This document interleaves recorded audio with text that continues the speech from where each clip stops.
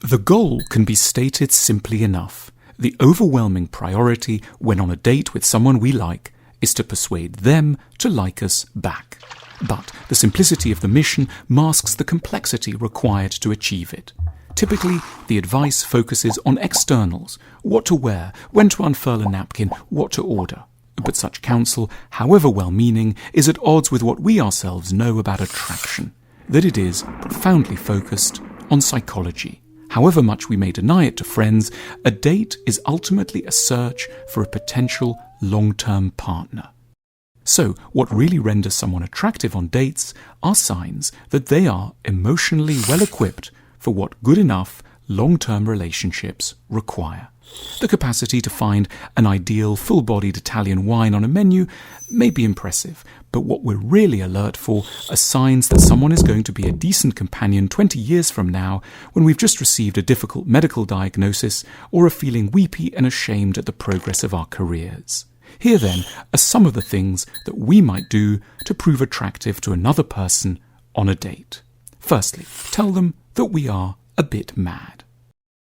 We might, in the course of the conversation, light-heartedly drop in that we're not quite sane. Perhaps we have great difficulty getting to sleep or get very anxious in social situations. The key is that as we reveal these vulnerabilities, we can suggest we have a mature, compassionate, unruffled relationship to them. What we require in a partner is not someone who is perfect, but someone with a good handle on their manifold imperfections, someone who can warn us of these in good time and not act them out in ways that will ruin our lives. It is deeply reassuring to witness vulnerability well worn and madness confidently understood, to see someone mature enough to talk about their immaturities in an undefended and serenely curious way. Conversely, there should be nothing more terrifying on a date than a person who sticks a little too aggressively to the idea that they are totally sane and entirely normal. Anyone over the age of 20 possessed of the idea that they are easy to live with has evidently not begun to understand themselves or their impact on others. We should probably skip dessert and head home early. Secondly, ask our partners how they are a bit mad. The inquiry should sound playful, natural, and wholly compassionate. We should create a safe space in which we imply that it's extremely unsurprising that our date should be a bit broken in certain areas. Everyone just is. We can gently inquire into what makes them in particular anxious or depressed, what was untenably difficult in their childhoods, or what they in particular regret and are ashamed of.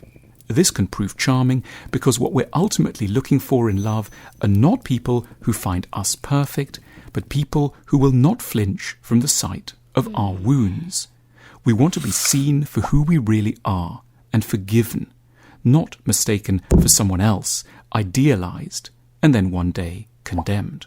Thirdly, reveal that we've been a bit lonely and sad lately.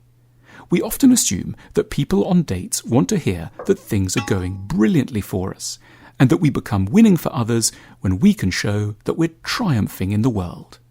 But what really warms us to others is evidence that they share in some of the very difficulties and confusions that we are beset by in our private selves.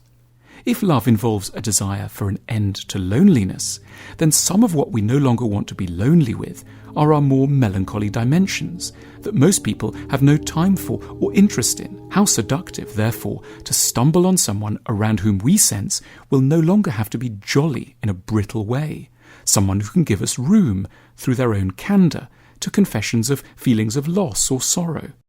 There can be few things more charming on a date than to hear from someone who looks extremely self-possessed and competent that they've been feeling unusually isolated and very perplexed of late. They are showing us the fertilized soil in which our love can grow. Fourthly, pay some compliments. We can, understandably, get anxious at the idea of having to pay our date some compliments.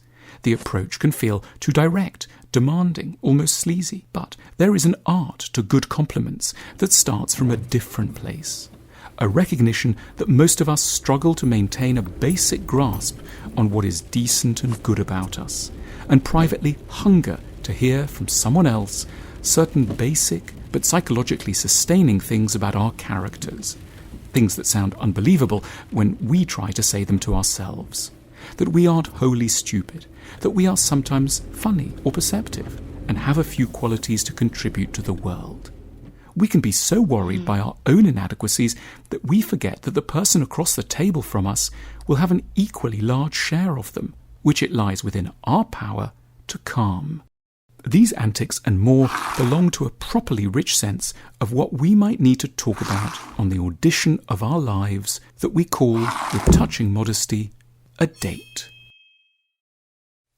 To learn more about love, try our book on How to Find Love, which explains why we have the types we do and how our early experiences shape how and whom we love.